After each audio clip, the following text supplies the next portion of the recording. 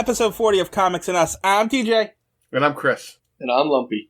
And this is the review show that reviews comics, chronologically, kind of. Alright, we're going into Batman number 6 here, released September 1941. Well, actually, this is the first one that's bi-weekly, so this is August-September, the August-September issue. It's no longer seasonal, so every 2 months we'll get a new Batman. So this one is, the cover was done by Bob King, the writer was Bill Finger, penciled by Bob King, inked by Jerry Robinson and George Russo, lettered by George Russo, edited by Whitney Ellsworth. On to the cover.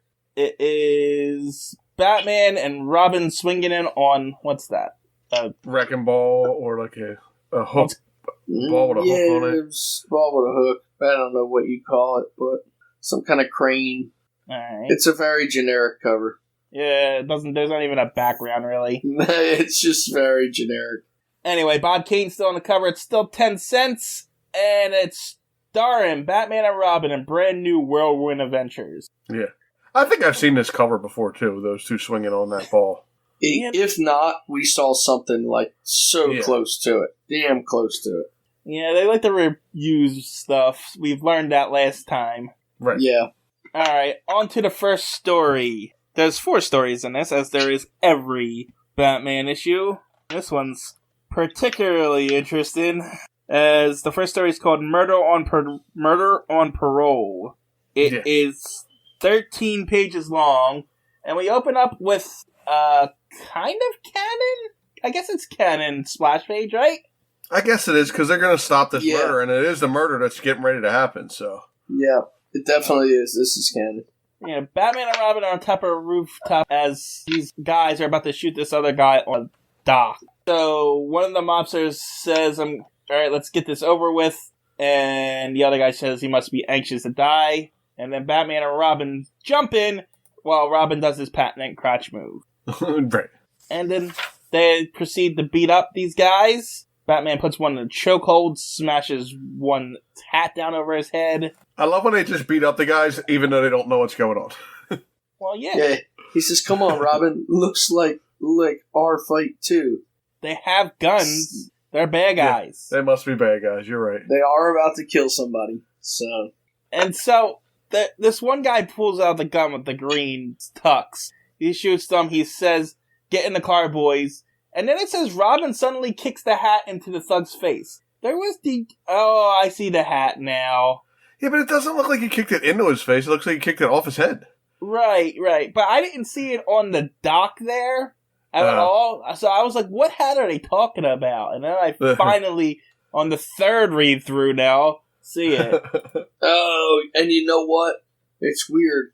In the drawing, when he kicks it, so it's a white hat on the ground, but in mine, when he kicks it, it kind of blends in with the background. It looks blue, but I see it. It is kind of drawn in, hitting his face. Yeah. I see it now. I didn't really catch it before, but I see it. Yeah. Alright, well, anyway, the mobsters get in the car, but manage to shoot guys they're aiming to shoot. And he falls into the ocean. I'm not sure if this is a lake or an ocean, honestly. I don't know. Yeah. You see some land in the background, so it might be a lake. Maybe. I don't know. It's hard to tell because we don't know where Gotham actually is. Right. Anyway, Batman pulls him out of the lake, and he's dying, but he has enough time to tell his whole backstory. It even gives you a little square box that says Miller's story. Like it's his. Yep. Here comes his backstory. Oh, so this is Chick Miller. This is the guy you were talking about, Uncle. Yeah, that's why I was trying to find the synopsis, and I asked if this is the one with Chick Miller, and you said, I don't know. But, all the Bobo mobsters look the same, and it's hard to tell any of them apart. They all got stupid names. I hate to tell you, but this whole week is Bobo mobsters. Yeah, so, I know. Yep. Yeah. Yes.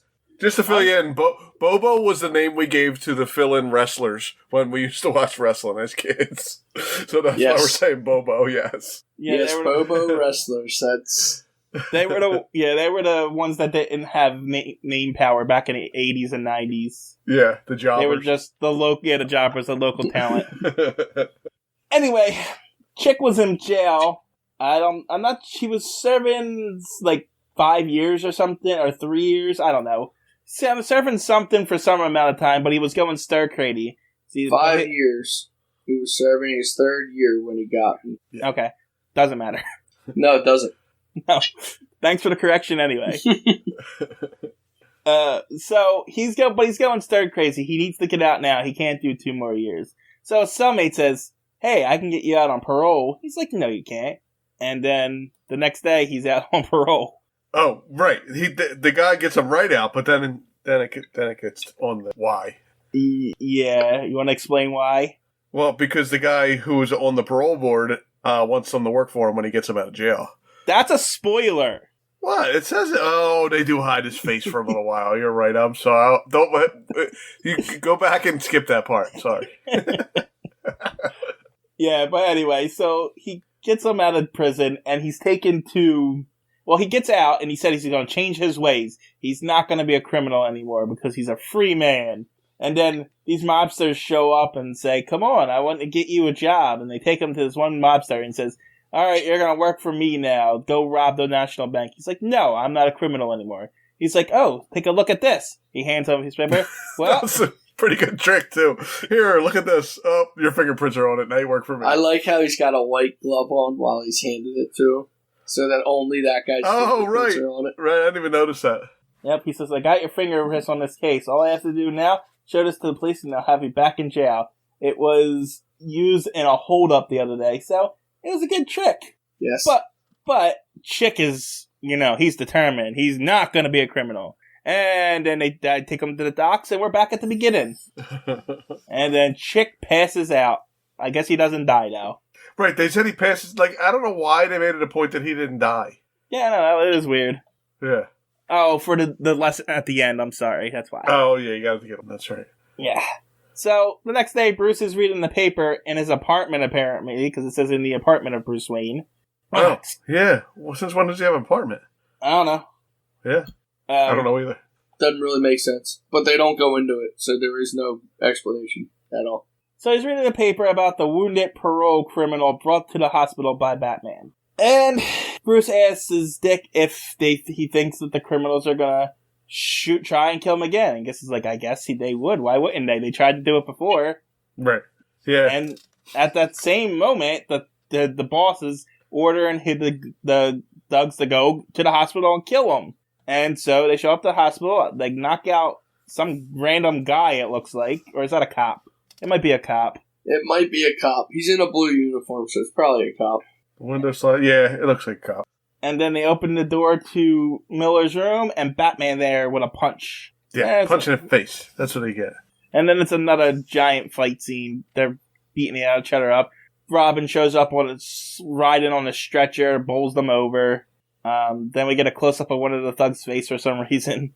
Yeah, that's the guy that had the hat on, isn't it? Yeah. That weird green suit, I think it is. Yeah, it's the same suit. Yeah. But the thugs shot a few shots during the fight, which draw the police, which means Batman and Robin's got to get out of there. So everyone escapes, but they all get away separately. Anybody notice that the police came in through the window? The police came in through the window, and Batman makes it a point to say, now we're in for it. The police aren't, as yet, exactly too fond of my slightly different way of crime fighting. What is that? That's a mouthful. Yeah. I think he's going out of the window chasing the gangsters. Okay, that's possible. Yeah. And then noticed Batman and came back in? Well, no, I think the one cop's chasing towards Batman and Robin, and the other one's going after the other criminals that were getting away. Oh, okay. But anyway, Batman kicks a stretcher into some poor orderlies, and they get away. So, then, it gets really convoluted. Because later, Batman gets in the Batplane, uses his pellets that's now full of sleep gas to knock out the guards of the prison. He throws a bunch of those, too, right? Doesn't he knock out a bunch of people? Yeah. Yeah, capsules plop into Slink Cell where he sleeps. Yeah, he drops him a couple. So half the guards are down now. Now he's going to open somebody's cell? This doesn't sound like a good plan. Nope. He uses another sleep capsule to knock out the cellmate of Chick Miller, who got him out, to knock out both of them, kidnap his new cellmate, and then disguises himself as the new cellmate and becomes this prisoner. Identical, even sounds like the prisoner. But we'll find out sooner this is really impractical. But he does the same spiel. Batman pretends to go stir crazy, needs to get out. So he goes out on parole, and, the same thing happens. He's taken to the guy, but Batman says, yeah, I'll work for you, sure. And the boss is, dun dun dun, the guy on the parole board. Hey, I didn't know that. What a revelation. Anyway. And then Batman beats everybody up. Well, Robin's waiting outside, making sure everything happens. But they're going to the job, and then Batman rips off his disguise and, is in full Batman gear. Somehow he even had his cowl under his mask. Right, under the face mask to look like the guy. had his gloves on. He had his bulky cape. Yeah, the cape and everything. I mean, this is utility belt. It's not the first time we've seen this, but this one was really ridiculous. He can put that suit under anything. Apparently, it's like the suit. It's like the suit has like a cloaking device or something.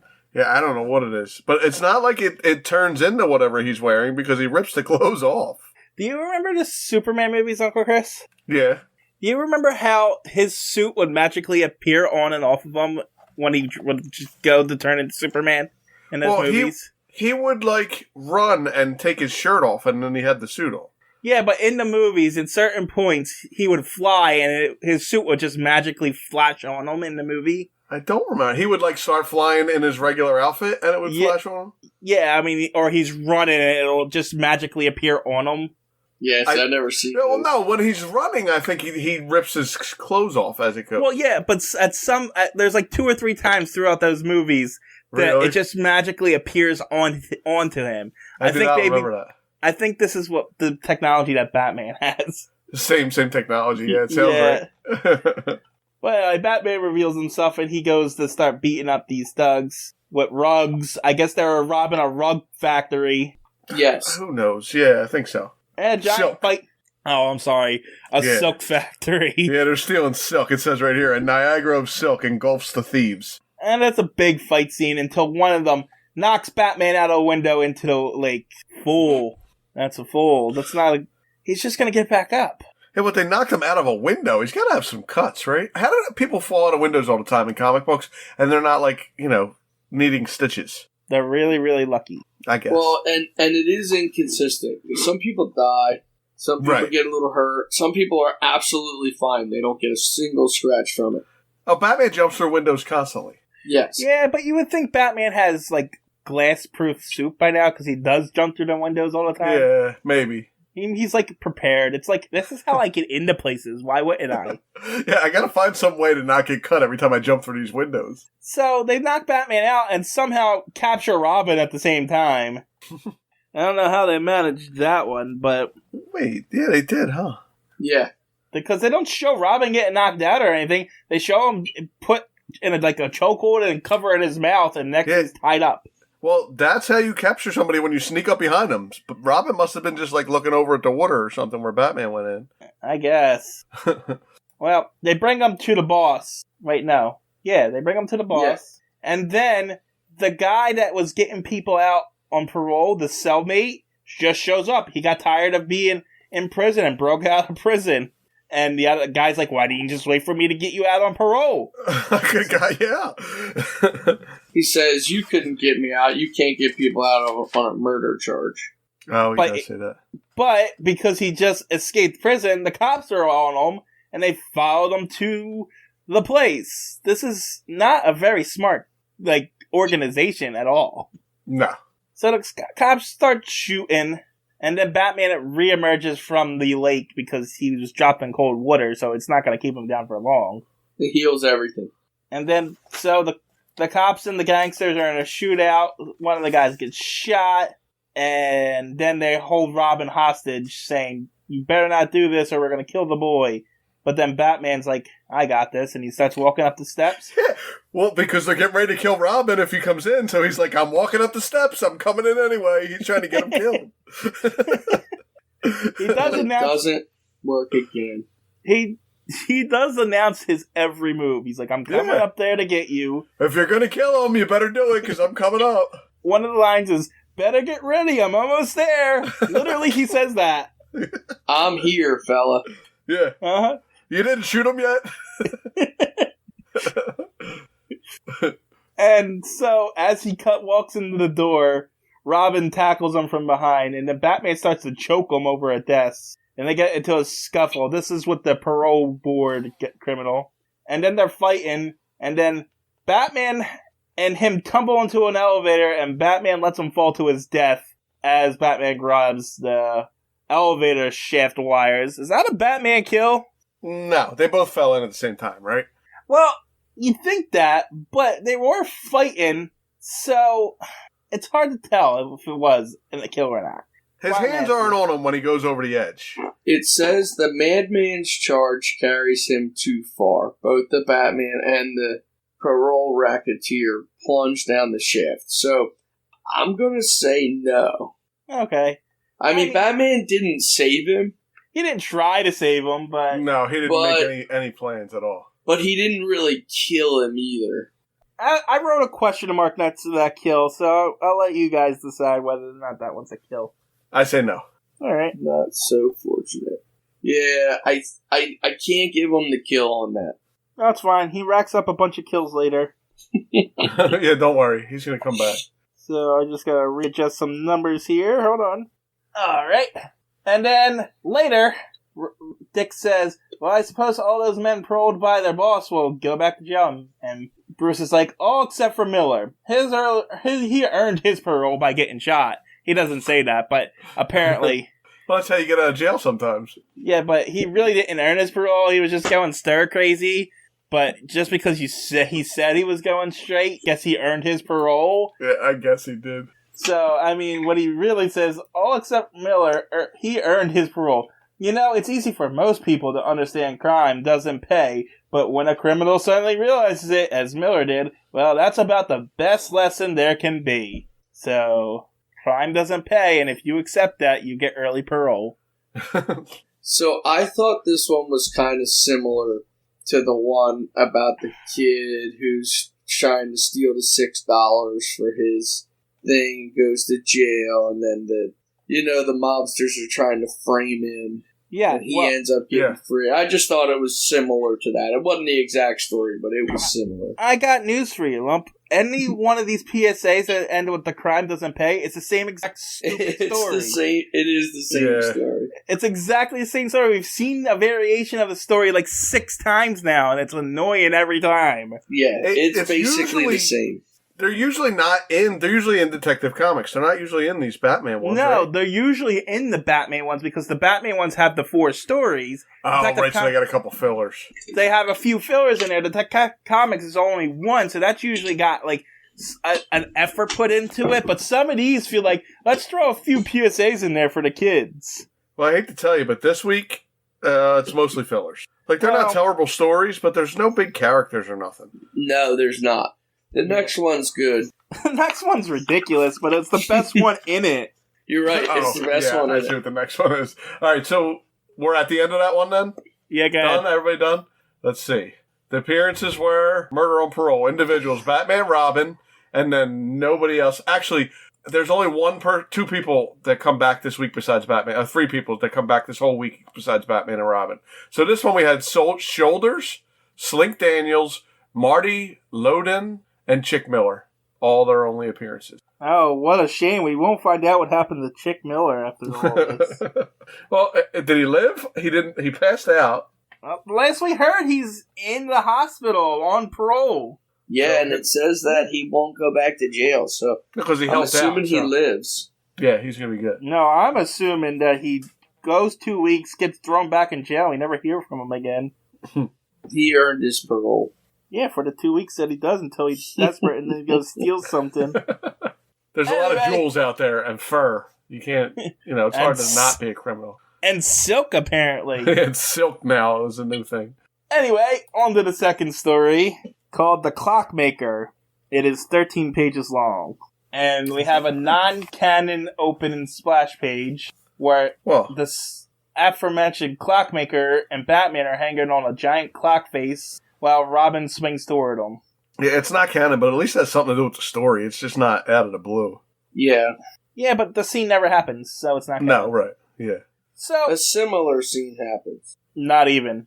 Yeah, they are on the clock face. They're in the same area, but none of this happens. Oh, and the clockmaker has a giant scythe on the top of the clock face. Yeah, that doesn't happen. Yeah. So, real opening at the home of Bruce Wayne. Dick asks Bruce where he's going so early in the day, because I assume Bruce Wayne doesn't get up before noon. No, well, he's got to be out all night. Yeah. So, I wasn't making fun of him or something. I'm legitimately You're calling him lazy like everybody else. No, I don't get up before noon. Why would I say that? You don't. You're right. So... Maybe you're Batman. I'll never tell. Anyway, apparently Bruce has got a stockholders meeting that his father left him shares of in some clock concern. I don't know what that means. I guess you can have shares in a clock tower. I don't know, but I did notice it says the home of Bruce Wayne now, not the apartment. So I guess maybe Bruce had some work done at his house and they had to move to an apartment for like a week. Or maybe he has multiple apartments and multiple houses and multiple mansions. And a cave. Well, we don't know about the cave. Bruce has those things. So we go to the Hobbs Clock Building. They have shares in this building, but I'm still not sure what business this is. Right, is it a clock selling business, making business? Is it just a clock building? I'm kind of confused by it. It's a clock business. It says Hobbs Clock Company, and I'm not sure what that means, but anyway, there's a shareholders meeting, and 4 of the guys are talking during the presentation, and they're shushing each other. But then after the meeting, one guy, apparently this whole group is obsessed with clocks. Yeah, it's weird. They start talking about all their clock fascination. And then one guy says, I just bought a clock from this queer old fellow, Brock. And the other guy says, yeah, let's go. Bruce can come. Bruce is going to come too. He just tells Bruce he's coming. So Bruce is like, I don't give a shit about clocks. I'm just saying how much money I make here. I don't want to go to a stupid clock thing. Pretty much. And so they go to this clockmaker. And the first... And it gets weird. It must have been a big thing back then, because I remember, old cartoons and stuff. They would have... I was saying you gotta finish that sentence. Yeah, I didn't know if that was it. I didn't know where you were going there. A commercial just popped up on my joke page here and freaking got me crazy. In old cartoons and stuff, you would walk into clock stores. Everybody would have cuckoo clocks on the walls and stuff. Yeah, I guess. They didn't have much in the way of entertainment then. I guess, right. You're right. I think I'm bringing back the cuckoo clocks. I don't think you are, but some. Just because you get it doesn't mean you're bringing it back. Oh, I will. You'll be the only one. I will make a cuckoo clock Instagram, and I will be an influencer. You never know what would come back. You don't buy anything. Right. You have really no crazy. idea. No. Anyway, we're introduced to this clockmaker who they say he thinks he's Father Time, and Bruce knows for a fact that's not Father Time because he's met Father Time. Yes. Does he literally say that? Or no, I didn't say that. Okay. No. He has met Father Time. But I'm like, did he mention that? No. Did I miss it? I mentioned it. Okay. You know what's weird? They go into this clock place, and the old man comes out from behind a curtain, and not a single person mentions the giant scythe just sitting there. Right. I would be nervous like he's going to chop people's heads off or something walking out of it like that. And so the one guy's like, all right, I want this clock over here. And he's like, the clockmaker is like, that's one of my oldest friends. And then he's like, guys, you don't mind if I just look around for a little bit? And the other guy and Bruce is like, sure, we don't have anything better to do. And the old man freaks out and calls them murderers, saying, you're killing time.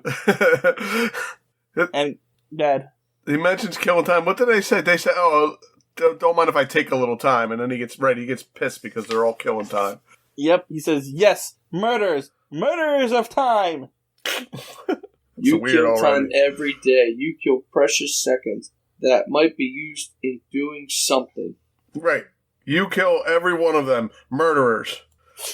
So he gets freaked. He starts freaking out on them, and they just leave. They're like, well, that was weird. let's go home. Did they buy the clock? That's what I was wondering when they left. Well, they didn't have it in their hand, but it didn't say they did. And I don't think you give them a chance to. Yeah, he's probably not doing too good a business still, like flipping out on people like that. You would think that, but he's got some resources. He does. Anyway, a day later, one of the guys that went to the clock place with Bruce calls and said, some guys are like stalking me. You think I should be worried about this? And Bruce is like, nah, don't worry about it. But he's like, we should worry about this. And he gets Dick and him and Batman and Robin get in the Batmobile and drive to his friend's house where two thugs are beating him up. And Batman and Robin come in and beat them up and take care of it. And they run away. They jump in their car and leave. Not before shooting, though. Oh, that's right, they do. Well, because they left the guy behind, right? Yeah, they left the guy behind, and they can't have him talking, so they shoot him and make sure he dies. Yeah, he'll be a rat. Let's kill him. Yeah. And then later, Batman and Robin make sure, his friend's okay. They get back in the Batmobile, and that's that. Mission accomplished, I guess. Yeah, they left him there again. I guess they're not coming back now, those guys? I guess. I don't know. They just leave him unprotected. But at least they didn't tie him up and put him in the basement and dress up like him or something. That's fair, too. Yeah, it's masks. He has done that. A couple of times now. But at that very moment when Batman and Robin are leaving, the thugs are reporting to their boss, the clockmaker. And he's like, oh, the Batman, I'm going to have to be more tricky about this now. I have an idea. And then 2 nights later, he gets someone to sneak into that guy's home and switch out his clocks.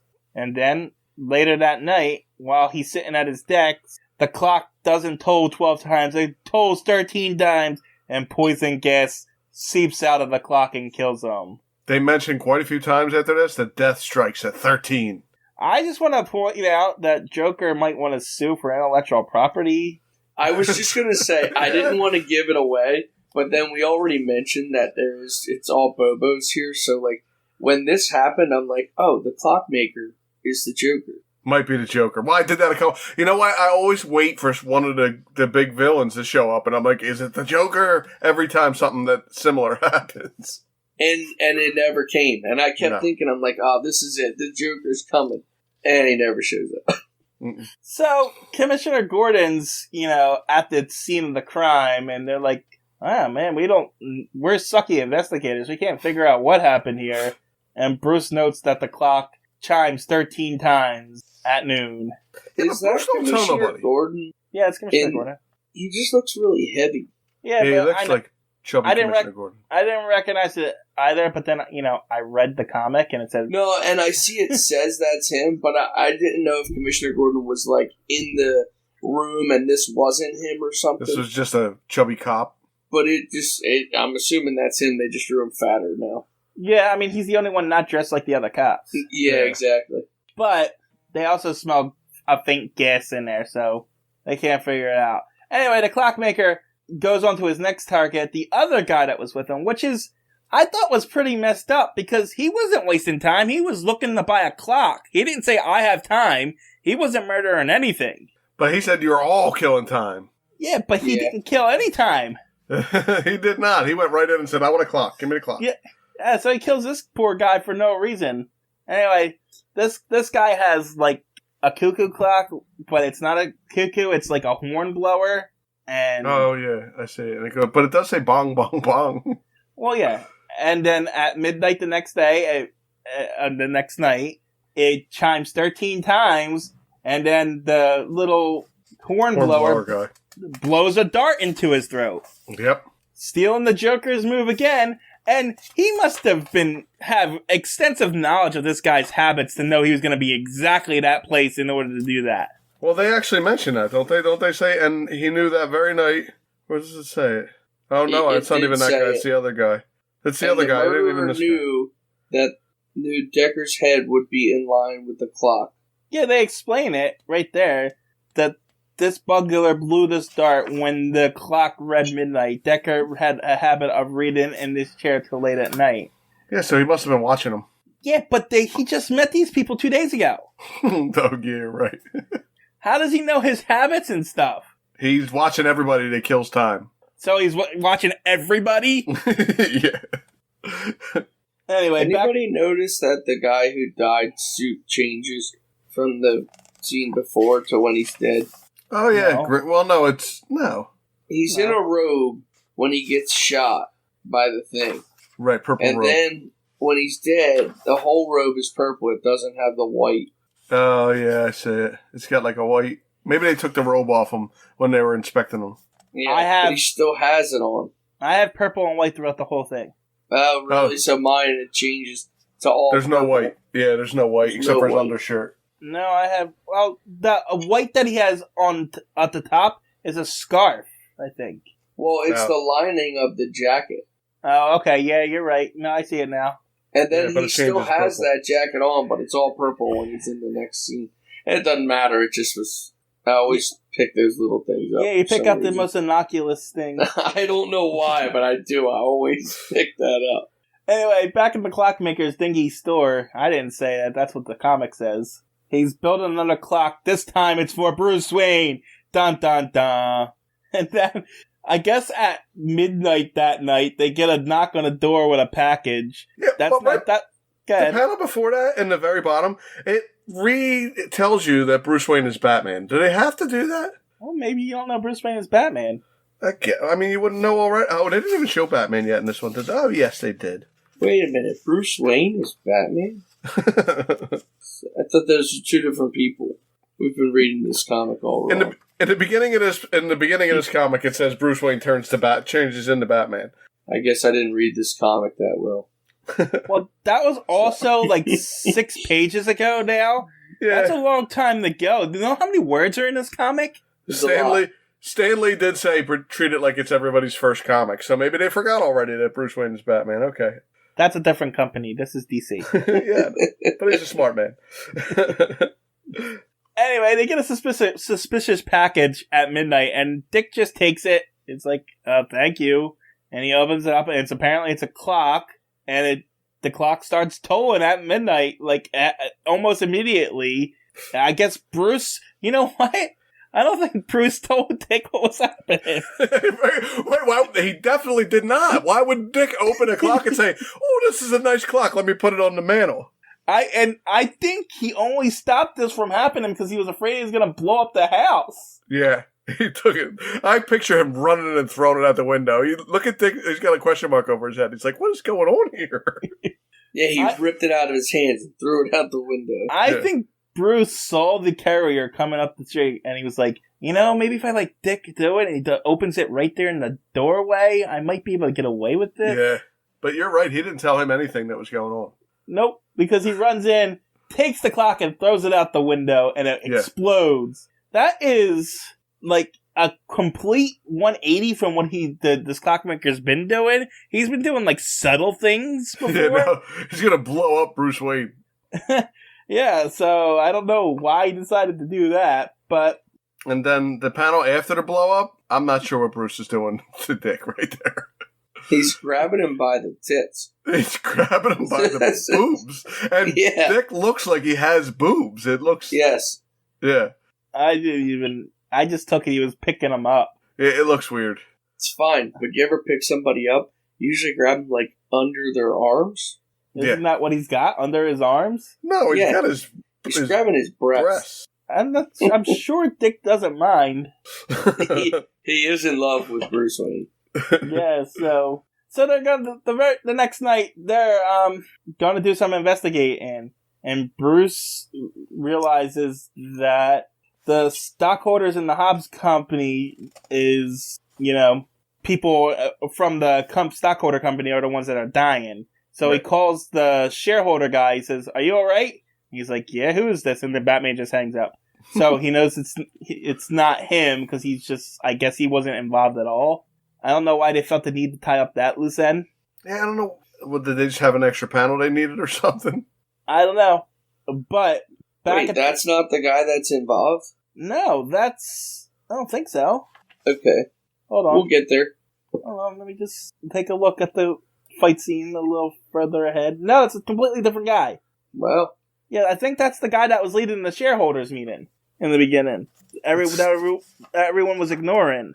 He calls him Selby, so if we hear another Selby, we'll know. I think they've used that name before, too. Yeah, I don't think there was that many names in the 40s. I mean, in the last issue, one of the crooks was called Shoulders, so... Yeah, Shoulders. Well, they do that a lot, too. Teeth, Toothy or something, that one guy with all the teeth was. Anyway, the clockmaker is back in his house taking orders from this mysterious figure and saying, Bruce Wayne is still alive, you gotta get him next time. And the clockmaker says, yes, when I see him, I'm gonna kill him. I just forgot until just now that Bruce Wayne was also a shareholder. Yeah. I'm like, why Bruce Wayne? Because he was at the clock shop, and then I remember. Yep. And then Batman shows up, and it's revealed that the guy behind everything is Atkins. Who was Atkins? Yes.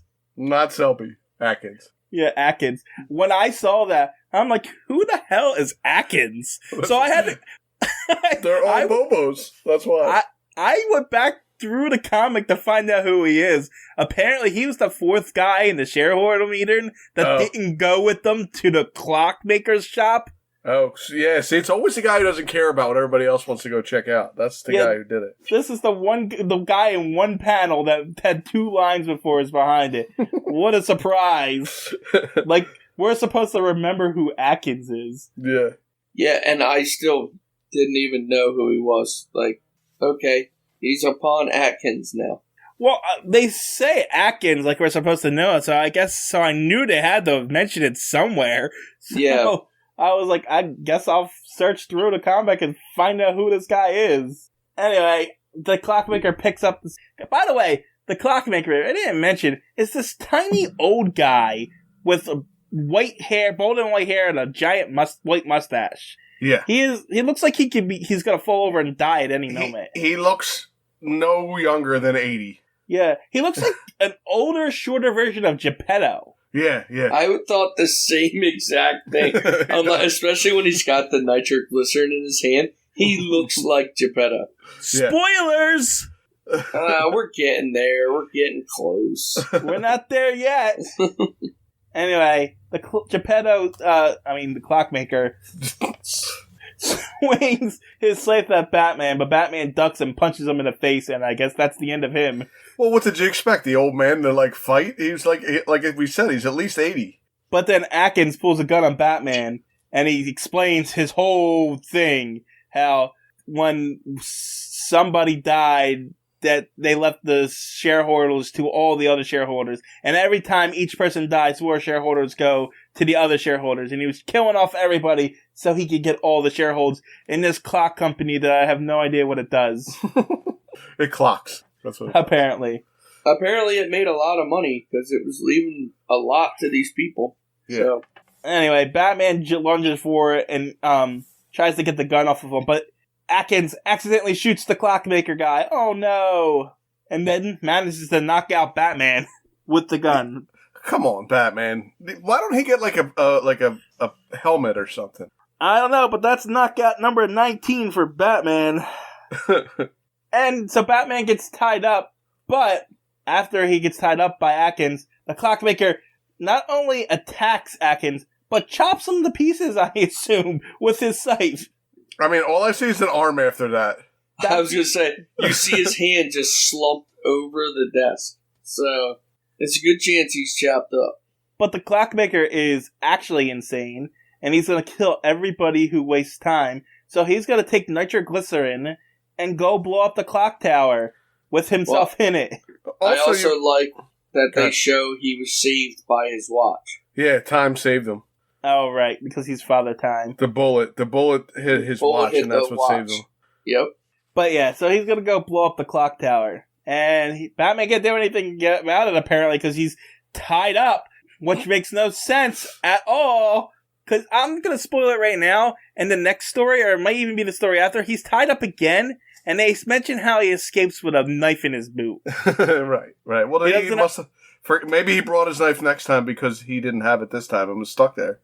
Well, in past stories, he's had that knife in his boot, too. But also, don't forget, he told Robin to come there if he wasn't back by a certain time. So he knew Robin was coming. He wasn't going to waste his time trying to get the knife out of the boot. I guess. I don't know. I'm going to let that one go and just move on. So Robin frees Batman. They get in the Batmobile. And this is stupid. They have, 2 minutes before the clock tower blows up? Yeah, and he changed it to 10 o'clock for some reason, too. Not midnight, 10 o'clock. Yeah, because, they had to do that. But as they get there, I guess they have exactly 13 tolls before everything goes up. Yeah, because they're naming the tolls. First one is when they get there. Down. So they get there, it's 1. Batman goes up in the elevator, which is 2, which I'm sure it takes longer than 1 toll. But okay. He rode that elevator all the way to the top in 1 bong. Yep, so, okay. He gets to the room with the clockmaker at 3. He punches them at 4. He gets punched back by this old man at 5. It knocks him down. Not only does it knock him down, but it knocks him out of the clock onto the clock face. Yeah. And this is one of those stereotypes here. But the clockmaker has gone utterly mad and fights with a madman's fury and strength. Yeah. So, at that moment, I knew he was already mad, but at that moment, I knew this guy wasn't meant for this world because Batman and Robin do not like crazy people. They hate crazy people. You're right. They deserve it when they get killed, so. Yeah, all the crazies have to die. Yeah. And so they're fighting outside on the clock face, which is 6. I don't know what's going on in this next panel, but it's like a Superman flies by and the bong 7s. I see it. That shoom 7. Yeah, I don't know what's going on there. Well, anyway, Robin jumps over to the clock face from a roof. That's 8. Lands on the 5, which is 9. Now they're all on the clock face. That's 10. At 11, Robin grabs the clockmaker. And kills him. Yep, Robin just throws him out of the clock face. Robin murders the old man. He murders him. Yeah, that's a Robin kill. Yep, yeah. That's his 3rd kill only. Really?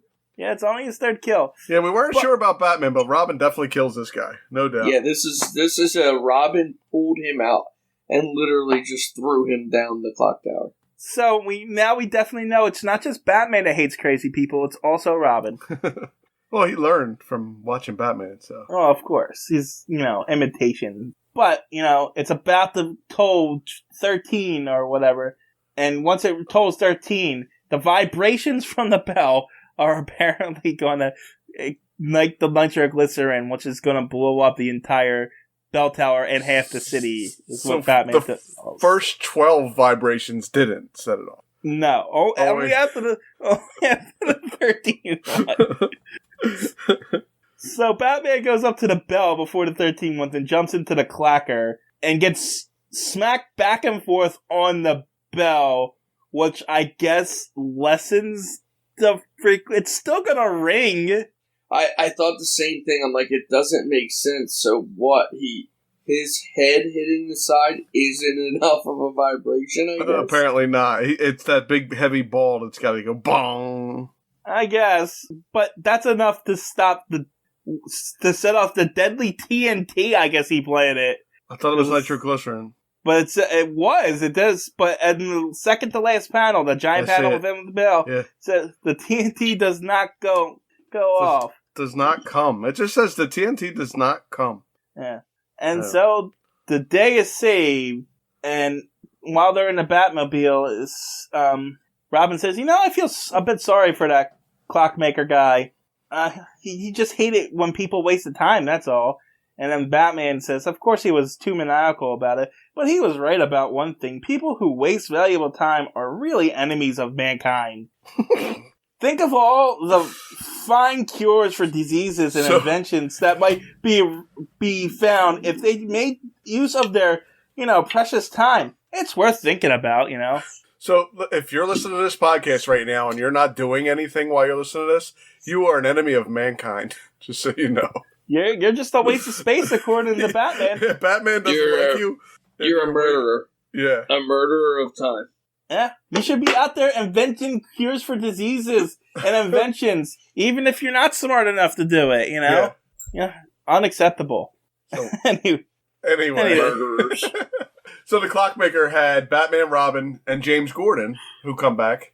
After that, we had Atkins, Brock, Henry Decker, Keating, and Peter Selby, all only appearances. Yeah, unfortunately, that one was ridiculous, but that was the best one. Yeah, the other ones are just, they're not terrible. They're just there. They're not going to come down as the great Batman books in this one. Yeah, no, they're decent enough stories to read, but they don't go anywhere. They're not. Yeah. They're just there, and that's it. They don't lead you anywhere. They're not. Even this one, it was good, but it's a one-off, and that's it. You're never going to hear anything else about it. Right. Well, except for murder insane people. I'm sure that trend. And it's not the first wartime murder. Yeah. All right, on to the third story. The Secret of the Iron Jungle is 13 pages long. And someone did some research into, oil fields and stuff, because they give us some tidbits in this one. Yeah, and it was a lot of, jargon that I didn't need. Yeah. It was like someone wanted to, cater to the oil barons and stuff, because this is about, saving oil companies. Yeah. But, and how much that great oil can do for this country. 40s propaganda. Mm-hmm. So, whatever. We open up on a non-canon page of Batman and Robin at an oil field. They have one guy tied up. There's guys on the ground with guns and hammers. Sledgehammers, and it's a strange page. And they're on top of some kind of giant oil drum. It's very strange.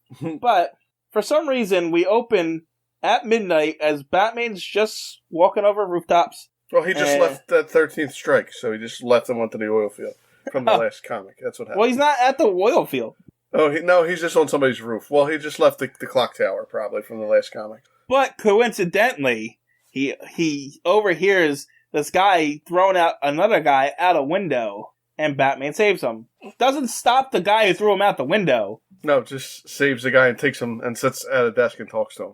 Yep. And coincidentally, he's the New York representative of the Wreck Page Oil Company. Wow. So, yeah.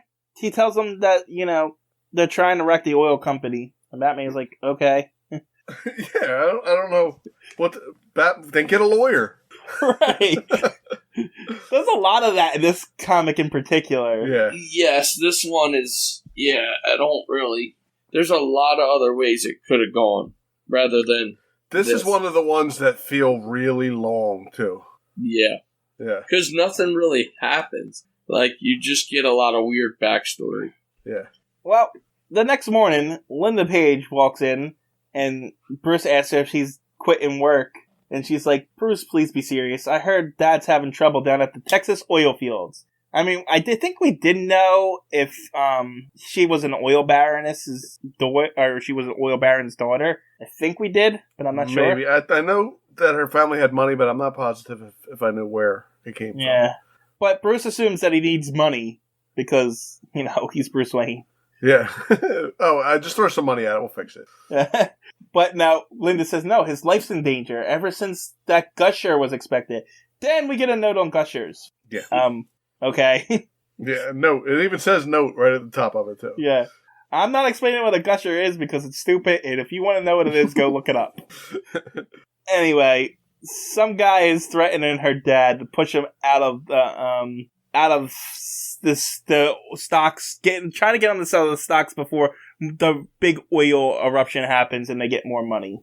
Meanwhile, at the father's place, he's being threatened by his partner, which I think is illegal. So, who also looks like a guy from one of the last two comic books we just discussed too. Yeah, yeah, he's dressed like a gangster. Yeah, and it's definitely illegal. And this guy is definitely really aggressive in this one, like super aggressive, more so than normal. Yeah. He's yelling at him, telling him he's old. You're old. It's my turn now. Get out. But Texas has cops. They will arrest this guy for threatening you. Right, I didn't think all cops were like the cops in Gotham. I thought, still in the rest of the world, cops were normal police officers. Right, because Batman can't go to every other state and fix everyone's problem. My dad's having problems in Texas. Oh, I guess I'll just go to Texas. Correction. He can go to every other state and fix problems. That's what he does. But he can't do it while saving Gotham at the same time. Right. What if the Joker comes back while he's gone? Joker will have to wait. You have to give him a couple of days of This is true, and you know what? The Joker only seems to care about Batman anymore, so you could just probably let him wait there for you. Anyway, Bruce decides that he needs a vacation. He's going to go down to Texas. And Linda's like, okay, I'll meet you down there. Like, she doesn't think this is strange. Yeah, he's going down to help her dad. Yeah, but he doesn't make it sound like that. He's like, oh, think I'd like to see Texas again. I need a vacation. And then she's like, watch out for those big husky Texans. I'll be down later. I mean, we know he's Batman and Robin, but she doesn't know that. Right. So it's just weird. Yeah, like, she's like, why are you coming? Anyway, Robin or Dick overheard everything, so they're gonna go down and help her father because she gets special privilege because she's Bruce's girlfriend. So, does he drive the whole way with Dick in the trunk? Because he tells him, you better get back in the trunk while they're driving down there. Like, she's not around. He can't sit in the front of the car on the ride down to Texas. He's got to stay in the trunk the whole time. Well, no, he's allowed to open the trunk to see the Mississippi. Right, and then you better get back in the trunk. Yeah, I mean, I guess that he was afraid that over the rugged Appalachian Mountains, down the banks of the sluggish Mississippi River, and across thousands of miles of oil fields, someone would see Dick Grayson. Oh my God! Yeah. Hey, listen. And if he dies in the trunk, oops. Yeah, that's true. You know? Oops. Yeah. What's even weirder, though, he says, oh, I need a vacation. I'm going down to Texas. Don't you think he would take his ward with him? He's his guardian. No, he's got... Yeah, he's not going to tell people they didn't bring him. He's just wanted them to ride in the trunk the whole time. Yeah, that's my point. It's not like he even having a good excuse for it. Listen, Dick, you talk too much. I'm not going to ride all the way to Texas with you. You got to get in the trunk. You got to get in the trunk. Yeah, if you sit up here, you're going to ask me weird questions. Yeah. Are we there yet? The first time you say, are we there yet, I'm going to kill you with my bare hands. So get in the trunk right now. Anyway, Bruce shows up to the father's oil company, and inside, he's being choked to death by... As soon as he shows up. Yeah. Like, what's the guy looking out the window? Oh, Bruce is coming. Let me kill this guy real quick. Yeah. And so, the old guy... He just sees Bruce, the gangster sees Bruce Wayne, and he's like, I can take Bruce Wayne. Yeah. And so he goes to attack him, but Bruce Wayne, I think, kicks him in the balls. It does look like he gives him a little bit of a low blow there. The guy says ouch, so. And then he uppercuts him, and then he leaves, I guess. That's the end of it. He just leaves. And then what? Bruce walks over and talks to the guy that was getting choked, right? Her dad. Right? Oh, it says after Masters leaves. I guess, yeah. I'll just punch the crap out of you, and then you're going to leave, and that's it. Yeah, he wouldn't try to fight back or anything. Get punched in the face and just walk out. Yeah. And the old guy explains that he needs to sell out by midnight or his life is in danger. But Bruce says, don't worry, that thing only happens in storybooks. Bruce is a bit condescending. Yeah, Bruce don't give a crap about this. He probably hates the guy. He's probably like, oh, God, this guy again. Well, but he saves him as Batman. Batman's nicer than Bruce Wayne, is what I'm saying. Yeah. So, the Masters is the thug. He goes and talks to his thugs, and, they come up with a plan. You guys pick a fight with Bruce Wayne while we sneak in the back. And I guess Bruce had a change of clothes? Yeah, it says a few minutes later, and now Bruce is in a white outfit. Yeah, I don't know why he changed into the white outfit, why he goes out and confronts these guys. He's going to look things over, but he put a pure white suit on first. And I just don't know when he changed from his blue suit to his white suit. Right. Did he do it right in front of this girl's dad? Can you turn your head? I gotta change into my white suit. I just don't get it. It doesn't make any sense. I don't like going outside and looking things over without my white suit, so.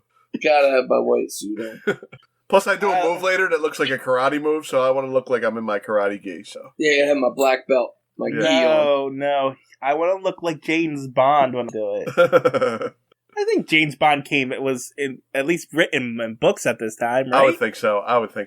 I don't know when James Bond first started, but it seems like he's been around a long time. Well, I know not his first main movie, but I know they were making short, black and white movies of James Bond in the 50s. So I was shooting Fleming wrote it somewhere in the 40s. I don't know. Lumpy, you don't talk. You can look it up. I was doing it already. This says English novelist Ian Fleming first introduced James Bond character in his 1953 thriller Casino Royale. Oh, wow. This is before that, 53. then. Oh, okay. I was wrong. 1941 this is, so Bruce did the James Bond thing before James Bond, I guess. Anyway, one of the thugs pats Bruce on the shoulder and gets oil on his nice white suit. Which I feel like that's why they had to have him in his white suit. Stupid. Just for that handprint. He's at an oil field. Did he think people weren't going to have oil on them? It still just doesn't. It doesn't come together. And it makes even less sense because it doesn't even come back or anything. Nope. It just sets Bruce off. He beats up the big guy, and it's just there to. And then the big guy fights his own goons because they start laughing at him. But meanwhile, Masters is in the old man's house shooting him and kidnapping him. Yeah. He shot him first and then he kidnapped him? Oh, yeah? Yeah, he shot him. He says, he's shot, boss. Yeah. Yeah. But Master says he's not hurt bad. Get him out of the back door and hurry it up. Well, you missed the spot where it says what the Iron Jungle is. There's a note, so if anybody wants to look that up too. Yeah, no, I purposely skipped it. I just like to make a notation that they're giving us notes on what the lingo is for oil fields. It's really weird. Yeah, I refuse to play into their propaganda. Anyway, Bruce finally let Dick out of the trunk and goes pick him up. What, he just locked him in some room somewhere after he let him out of the trunk? Yeah, I think so. Sure looks that way. It sure does. But you know what? It doesn't make any sense because Bruce showed up at that place in his car. Oh, right. And Bruce, Dick was in the trunk. taps on the trunk before he leaves and says, Dick, just stay out of sight. So Dick is still in the trunk of the car. Is there a time at some point where he drives and gets changed into his white suit or something? It does say later, but it says a few minutes later or something. That's weird. It says a few minutes later. Maybe Robin took the car and left. It's like, screw this, I'm not staying here. Well, he has been driving lately. Well, he drives in the next story. Right, yeah, well, in this story. He drives in this story, I'm sorry. Yeah, we're going to see. He's driving, so... Meanwhile, while Bruce is getting Dick,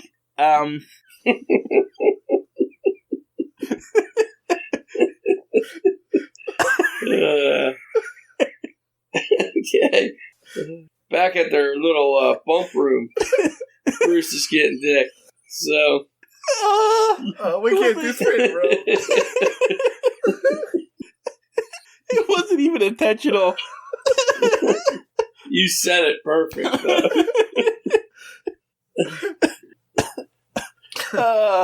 They did it to themselves. They did. I'm just like, I still don't know how Dick got to this bunk room or when they got the bunk room. Maybe that's the inside of Bruce's trunk. Maybe. It's like Oscar the Grouch's trash can. It's very spacious. Giant, yeah. It's like the inside of the TARDIS. Alright, so now this next panel, I'm curious if you guys have something different. Because mine says, meanwhile, a yellow roadster pulls up with Linda Page, but her car is green in mine. It's green. No, mine says yellow roadster and it's a green car. So. It was the first thing I noticed when I read it. I said, yellow, that's green. And I go to the next page and it's still green. It doesn't change the yellow, it's green. It is never yellow. Alright, I just making sure it wasn't my version. The next page, It looks like they're flying through space also. Do you see it? It's like a black circle. Yeah, it's a black circle. Anyway, the thugs, Linda Page shows up and the thugs pretty much kidnap her. Yeah. They steal her car, kidnap her. And then Batman and Robin steal a giant truck full of oil and chase after it. And Batman makes Robin drive as he jumps on the top of it so he can jump from the oil rig to the car to save Linda. Last time we saw Robin drive, he had like a little go-kart thing. Yeah, it's true. Yes, now he's driving an oil tanker or an oil truck. I mean, he also has rocket skates, so... That's true, he does have rocket skates. But that was we figured that out. That was another reason Batman was trying to kill him. Right. And maybe he's trying to kill him, too, with this, because he's making him drive an oil truck with guys with guns. This thing's flammable, and you don't know how to drive, and here comes some guys with guns. You keep driving this while I jump off. Yeah. And if you get shot or the tanker gets shot and explodes, sorry. Yeah, it wasn't my fault. So Batman gets Linda Page, and the thugs shoot the oil tank, and it sets on fire. And then eventually they drive it to a point, and then it explodes. But they all got out. But they weren't even in it. It was just Robin in it when it explodes, right? Or no, they do climb back in. No, they climb back in. Okay. That's why Batman couldn't let Robin die there, because he was there with him. Yeah, and he has it. He needed someone to watch his unconscious girlfriend while he does the rest of the stuff. True. So now we're in a jungle for some reason. It's like, what is it? The Iron Jungle. That's why. No, but this is actual trees and like a waterfall. Yeah, this is like a little hut with a waterfall coming off the side of it. It's crazy. And then we cut to the oil rigs where Linda Page's father tied at the very top. Yeah. And Batman starts climbing and ties himself to something. I feel like the next couple pages are a lot of jumping back and forth on oil rigs too. Yeah, it's a little weird. He ties himself to like a rope so he can glide over the other one, but the thugs shoot the rope and almost cause Batman to fall. And he's calling it a creeper, and I'm wondering if that's a term for something they use to climb those rigs. Maybe. But I feel like the guy who wrote this was like an oil rig guy. Like, he's using a lot of lingo and stuff that nobody else would know if he didn't explain it. Or he did a lot of research beforehand. Or they got some money from the oil companies and was like, that's what I'm right. Yeah. That's what I'm thinking. Because this is very pro-oil. We better get this all right because we got a lot of money from these oil companies. But he lands on the next oil rig and the oil rig starts falling. And then one guy tries to knock Batman off, but Batman grabs him and chucks him to his death. That's a back death right there. Yeah, the guy grabs onto the pole and Batman flips him off the top of the rig. So yeah, he definitely killed that guy. That's 43. Yeah. And then Batman punches another guy. Meanwhile, Robin sees Batman struggling and says, Batman needs me. And he goes running off and tackles another guy and punches another guy. He really loves Batman. He does. But yeah, here we go. But as he's fighting him, Robin gets hit in the back of the head. So I wrote this as a knockout, but even though it doesn't look like it's a knockout, but it seemed like it is. Well, I think it is because 2 panels later, Robin looks like he's waking up and he's holding his head. Right. So I counted it as a knockout. So that's Robin knockout number 12. Yeah. It was a knockout because they tie him up and stick him in the lift. Okay. Yeah, all right. And then Batman shows up and kicks another man off of the thing to his death. Oh, yeah. He did kick him off of there, didn't he? Yep. Yeah, and he's just killing people. But I thought we stopped killing people. I thought so, too. They made an editor's note. We pointed it out a few issues back. Yeah. And then Master's like, I'll finish them. But meanwhile, Batman kills 2 more guys. What is that, though? He's holding Robin in his hand. Did Robin kick them off, or...? No. What I gather is he knocked that platform off down underneath him, grabbed Robin so he wouldn't fall with it. Oh, yeah, so he killed 2 more guys. Wait. So it says, that's justice for you. Gunmen killed by their own leader. Oh, that guy's cutting a rope. Yes. Oh, okay, so he didn't kill him. Yeah, that's 2 less. Right, those 2 aren't his. Alright, anyway, so that's 44 total for Batman. Because he did kill that first guy, right? Yep. Yes, he definitely killed the first guy. And I think he kicks the one guy off. But Batman doesn't kill him. We'll get to that. Oh, okay. Because Batman climbs the oil rig to fight the main guy, and he does throw him off, and the whole oil rig falls over, and Batman catches the dad, and he says the oil broke their fall. Yeah, he says the squishy oil, or whatever it says. Hold on. The spongy and innumerable lakes of oil save them, absorbing the fall. I don't know how, but okay, whatever. So is that going to be the excuse why the other guys weren't dead too? He threw them into the spongy oil? I never thought oil was spongy either, by the way. No. But Batman and the dad run away, but the other guy that was thrown off is still alive. Yeah, dun-dun, there he goes. And he's going to shoot him, but Robin tackles him from behind and kills him with his own gun. Yeah, but Robin acts like, I guess that guy killed himself. No, Robin killed him. That's 4 for Robin. Robin's like, why are you shooting yourself? Pretty much. He definitely does. Yeah. Meanwhile, Batman goes over to the father to one of the oil rigs to make the explosion so the oil can come out. And the oil company is saved, and this oil baron's gonna be more rich now. Congratulations for him. Yeah, I guess. Look at that darn gusher. Going to bring millions of gallons of oil. I refuse Hurrah. I refuse to say that word. Not using their lingo? Yeah, I'm not using it. Well, I know Linda Page is angry with Bruce again, so. Well, Bruce was apparently sleeping when all this happened. He's tired. He's been up all night partying. Well, no, while all that was happening with Batman, he says. Yeah. And Linda's like, I'm sorry I spoiled your beauty sleep. And he's like, can I give you a ride back? But she's like... there can't be any excitement with you driving with you. She doesn't know that he's going to stuff his ward into the trunk. That's going to be funny. Well, no, it doesn't matter. He's already in the trunk. Oh, yeah, you're right. They put him back in the trunk. Because he's nowhere in sight here. Well, you can't have anybody see Robin. And then in the last panel it says, Bruce and Dick head home, and it says from the back panel, oh, great, the Batman's job is to hunt criminals. And that's coming from the trunk. It is. Wait, is the trunk in the front or the back? The trunk's in the front. In the back. Trunk's in the back, and the Batman's job is to hunt criminals, and it's definitely coming from the trunk. Because the trunk. When he's talking to Linda, Dick is not in the car. No. You couldn't see Dick because then everybody know that they're Batman and Robin, I think. Because why would he have Dick with him? But anyway, Bruce reminisces in the last page that poor Linda, she'll never know that I'm Batman. I wish she could know. And then that's when Robin says that. Robin's jealous again, so... Yeah. I just want to point that one out. Oh, gee. What do we got? Anyway. We got... This is a weird one. This one lists Batman, Robin, and Linda Page, right? Then it lists Grandmaster's only appearance. And it lists Tom Page's only appearance. But it just says Chuck in the middle between Grandmaster's and Tom Page. But it doesn't say only appearance for Chuck. I don't know who Chuck is. No, and then I try to click it, and it says this page does not exist. Like, it's got a thing so you could click it, but it says Chuck. This page does not exist. Chuck's the partner. No, Masters is the partner. Is it Chuck? That's Grandmaster. So when they're fighting on the thing, it says, led by Chuck, the thugs bundle Robin into the handler.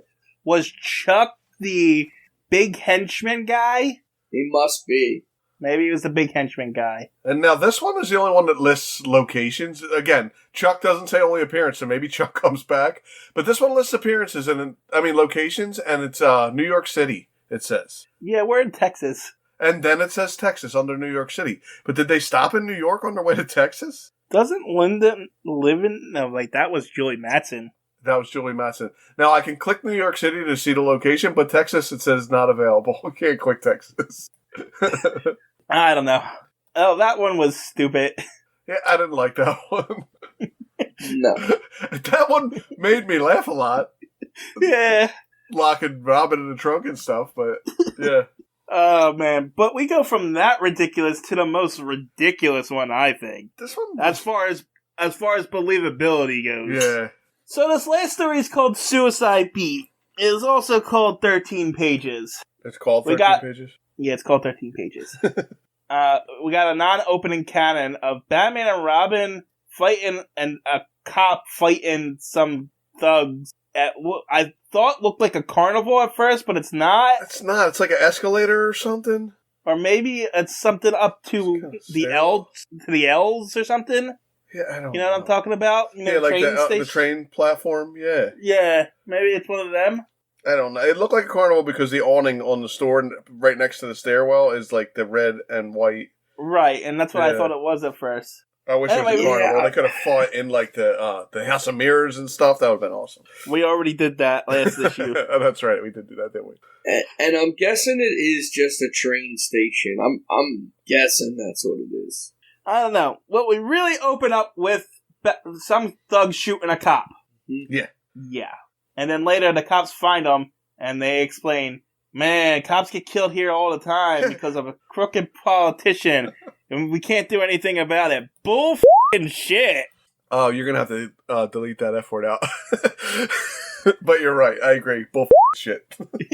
Yeah, no way. One cop... Like, they treat it like it's no big deal. Like, oh, well, he's on the suicide beat. I guess he's going to get shot. It happens all the time. The first time that first cop gets shot on that, the entire street's under arrest. Right. Until they figure out who did it. Yeah, no. This is the most unbelievable story I think I've ever read based on what it is. Because there's no way the cops will be this casual about it at all. And they don't even talk about the dead cop. They say, I feel bad for the next guy who gets that beat. Yeah. I was going to say, it's not even that they don't even, like, then they just send another cop. Yeah. To get killed. Just send him in.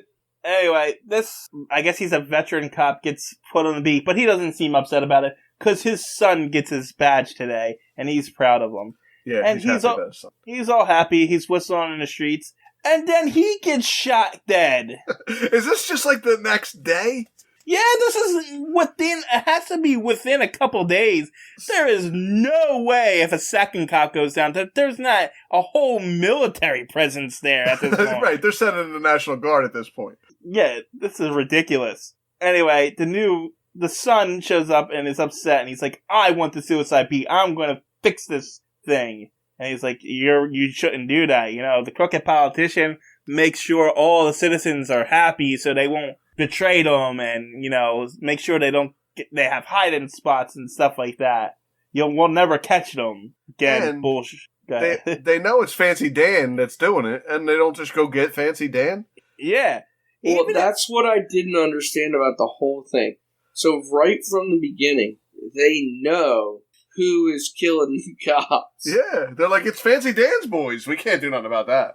It doesn't make sense. You know who is killing the cops. You send more cops in to get killed. I don't get it. We already know corruption was bad back then, too. So you know those cops would just planted evidence and had that guy murdered at this point. Yeah. Fancy Dan wouldn't have been lasted 3 days on the street. Honestly, they can't just let cops keep going out there and getting killed. They have to stop it somehow. Right. I'm just saying, there's no way this would happen. No.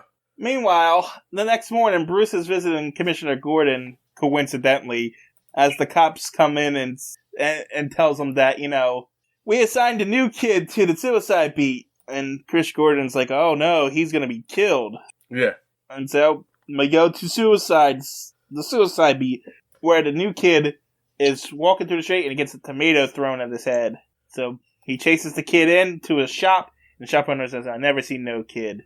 And then he meets Fancy Dan, who says, yeah, so you're the new cheese around here. We don't like cops, remember that. I'm pretty sure this cop would have just shot Fancy Dan right there, and they just killed his dad. Yeah. But he's like, no, my dad wouldn't do it that way. He can't do it this way. I can't kill him like this. Anyway, I gotta pretty much catch him in the act so I can arrest him. That's what he says, yep. Later, as twilight falls, I don't know why they need to say it that way, but okay. A drunk driver is speeding towards a kid, and the new kid cop jumps and saves her.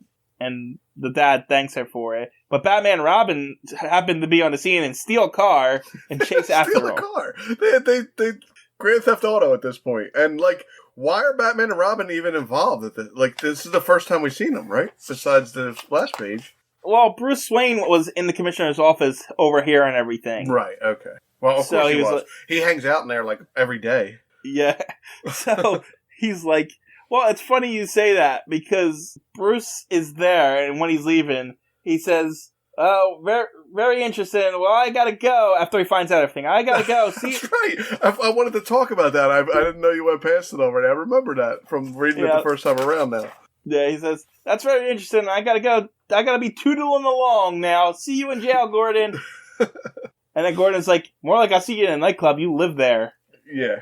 Anyway, back to Batman and Robin stealing a car. Yeah, Grand Theft Auto. And, you know, Batman jumps from the car, because Robin's driving.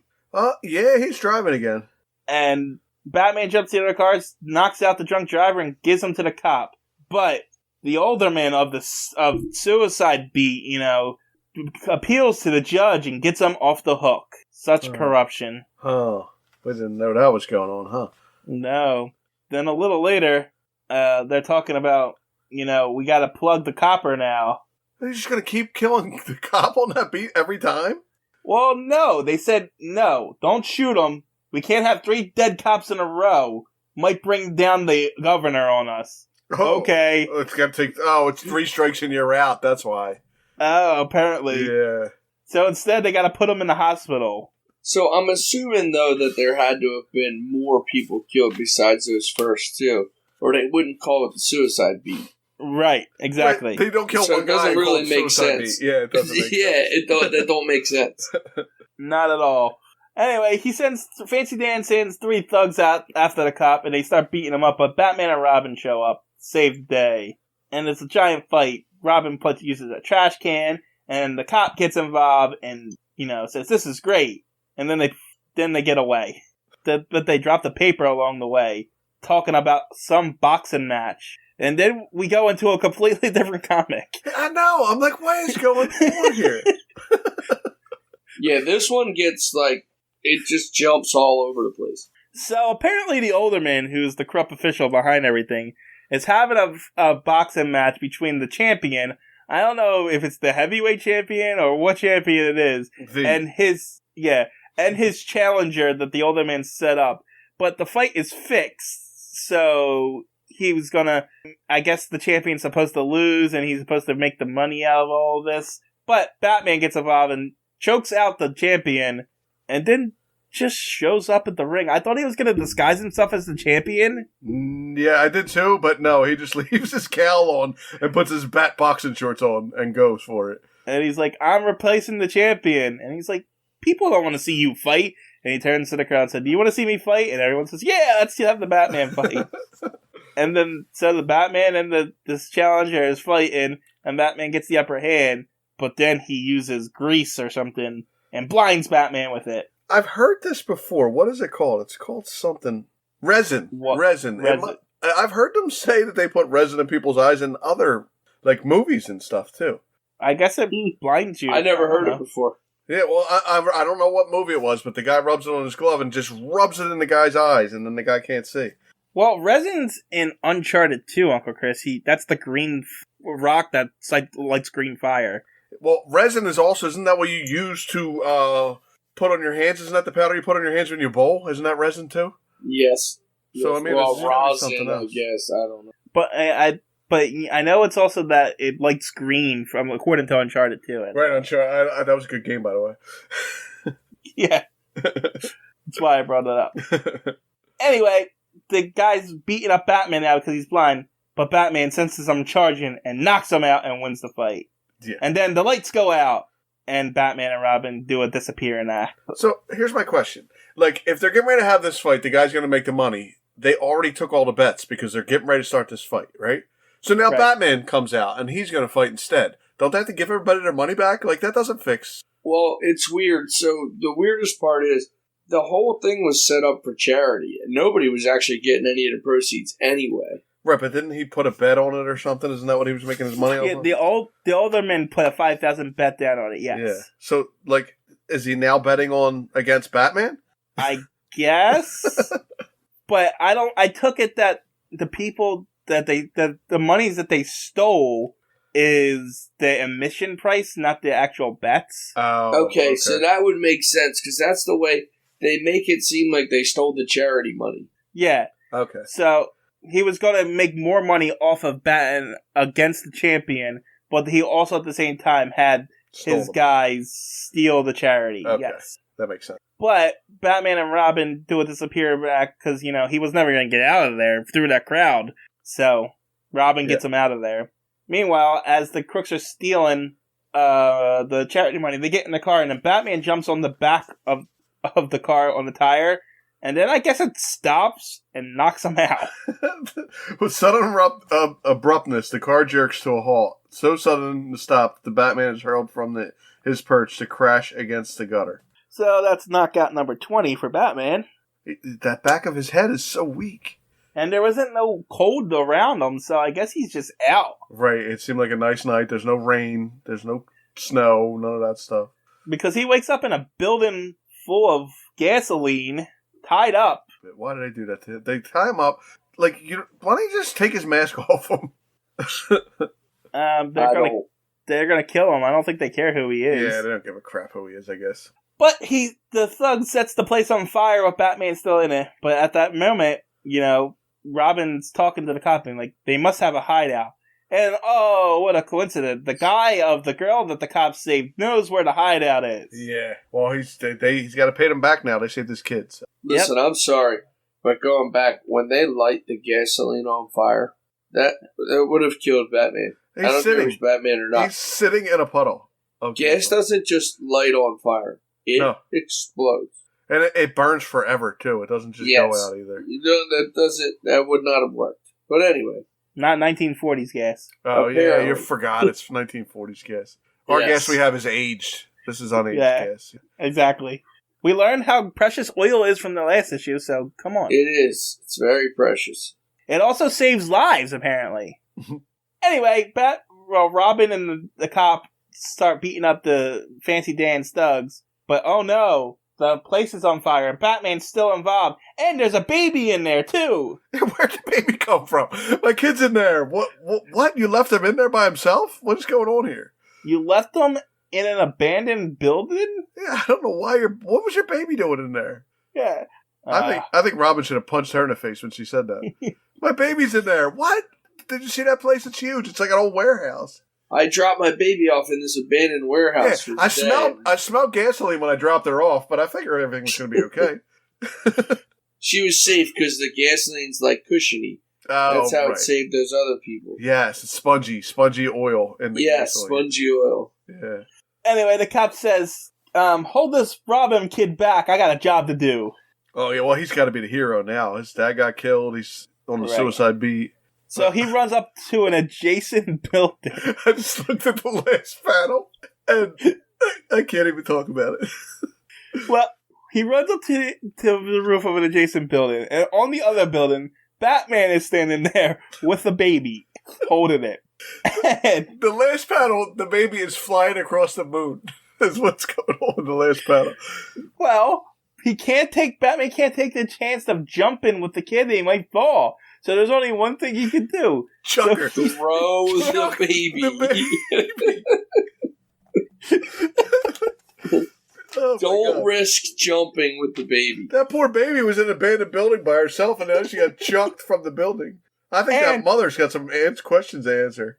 And that baby is really lucky because it looks like the cop barely catches her. If he caught her the way he's got her by the arm, her arm is dislocated. Yeah. But wait, he catches her by the arm, and then the cop jumps off the building. He does what Batman should have did. The cop. So Batman didn't want to jump with the kid. I mean, to be fair, at that point, right where there's people down below with that trampoline thing now, that wasn't there before. Okay, all right. So he didn't know what he was going to do at that point. I also have another question. How did the other building catch on fire?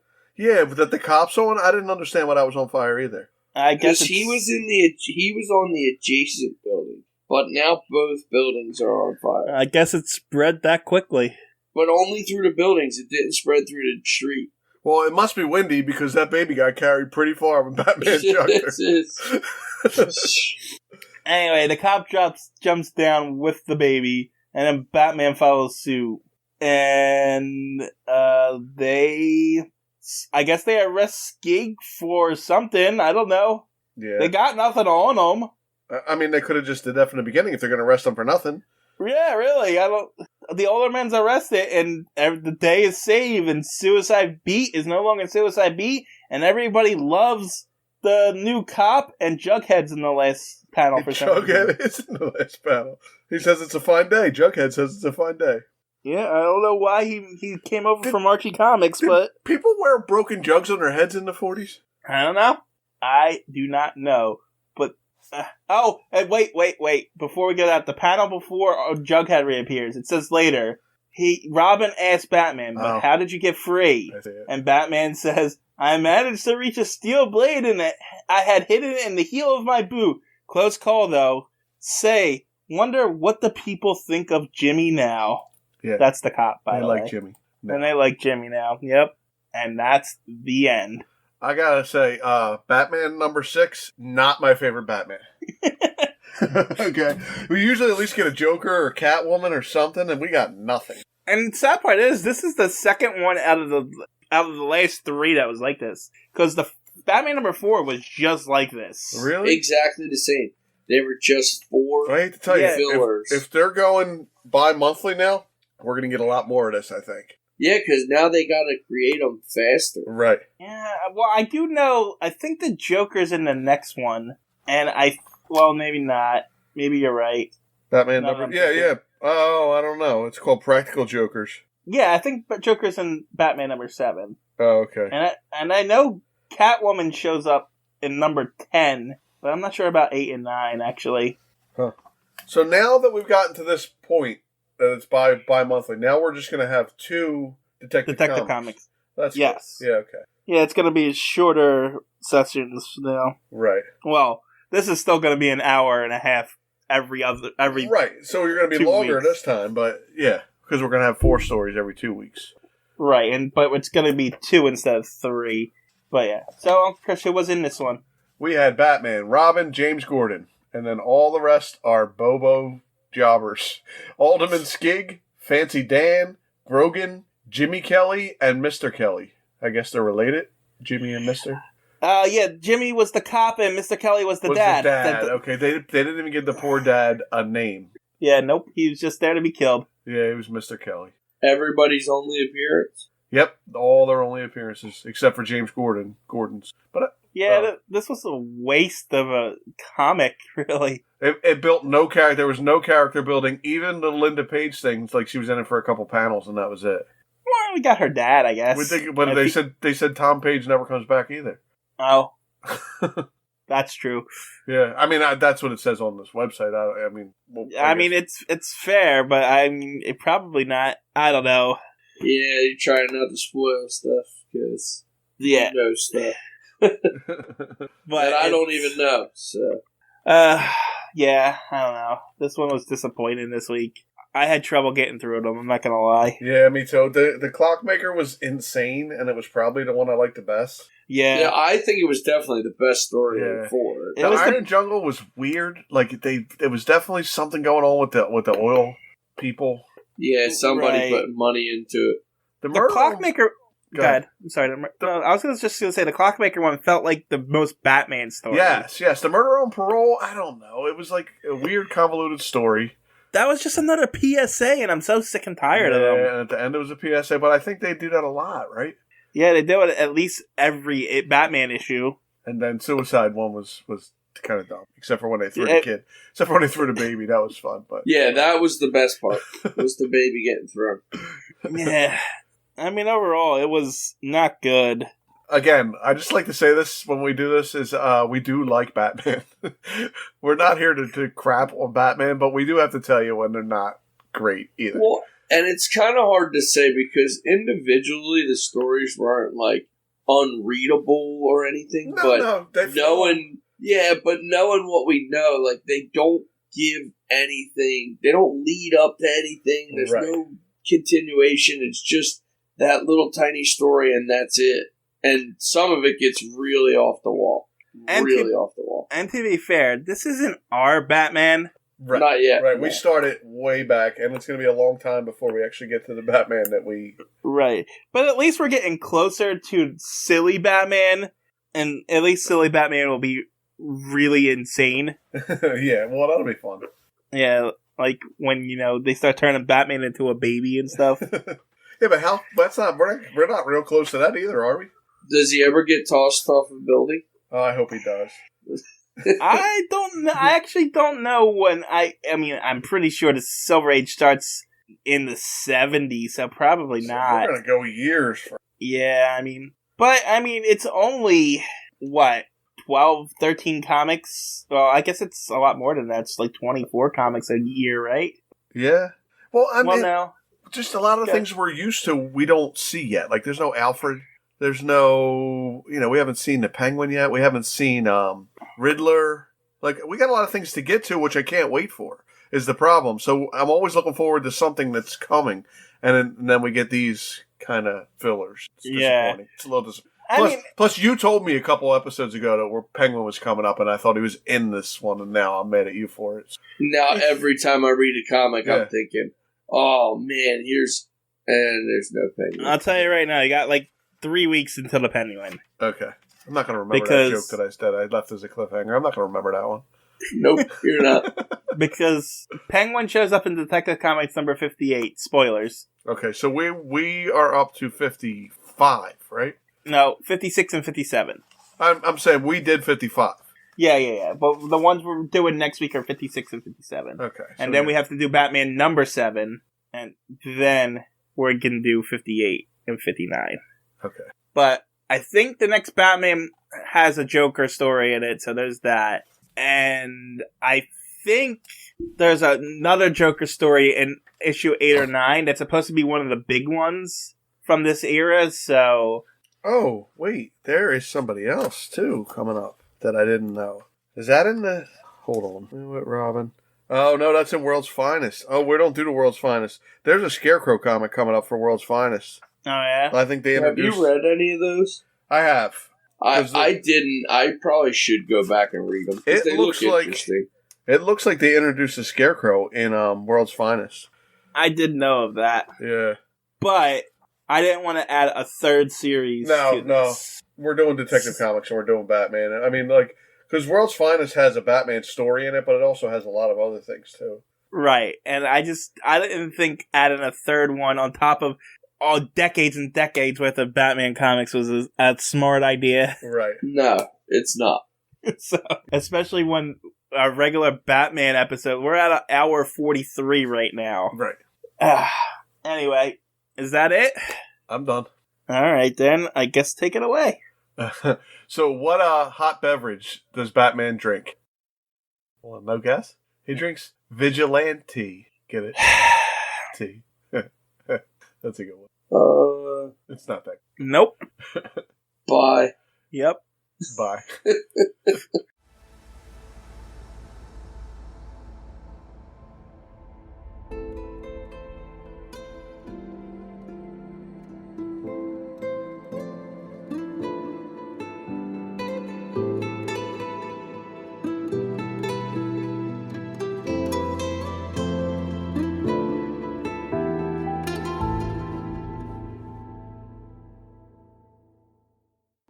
TJ here from Comics and Us, just here to plug the social media. Check us out on Twitter. Our handle is @EveryTNUs because someone took everything and us, but the name of the Twitter page is Everything and Us Podcast, and then the handle is @EveryTNUs. You can also check us out on Instagram, which is also Everything and Us. These all encapsulate all the podcasts that I do, but you're going to find all your updates for Comics and Us, Anime and Us, so forth and so forth. You can also contact us right now at everythinginUspodcasts@gmail.com. Still working on the website. And until then, that's where you can get a hold of us. That's all. Thanks for listening. Talk to you later. Bye.